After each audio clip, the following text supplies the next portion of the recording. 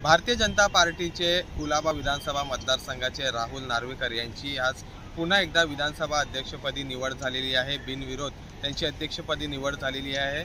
काल आपण पाहिलं तर राहुल नार्वेकर यांनी आपला अध्यक्षपदाचा जो आहे तो अर्ज भरला होता आणि अर्ज भरताना मुख्यमंत्री देवेंद्र फडणवीस, त्याचसोबत उपमुख्यमंत्री एकनाथ शिंदे, उपमुख्यमंत्री अजित पवार आणि भाजपचे ज्येष्ठ नेते चंद्रकांत पाटील, प्रदेश अध्यक्ष चंद्रशेखर बावनकुळे हे देखील उपस्थित होते।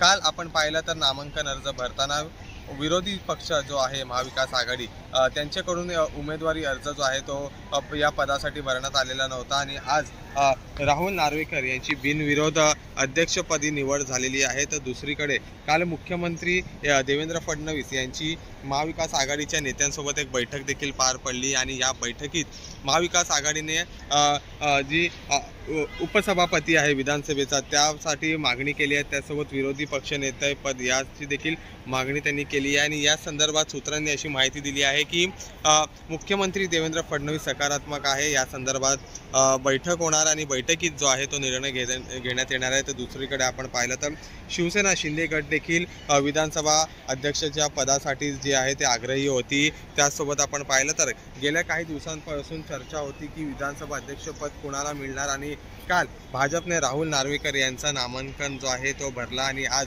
बिनविरोध त्याची निवड झालेली आहे। तर आता येत्या दिवसात काही दिवसात जे आहे ते कॅबिनेट मंत्रिपदासंदर्भात देखील बैठक होणार आहे। कोणाला कोणती खाती देण्यात येणार या संदर्भात देखील खाते वाटपासंदर्भात बैठक होणार आहे आणि त्या बैठकीत आता शिवसेना शिंदे गटाच्या वाटेला किती जागा मिळणार हे देखील पाहावं लागेल।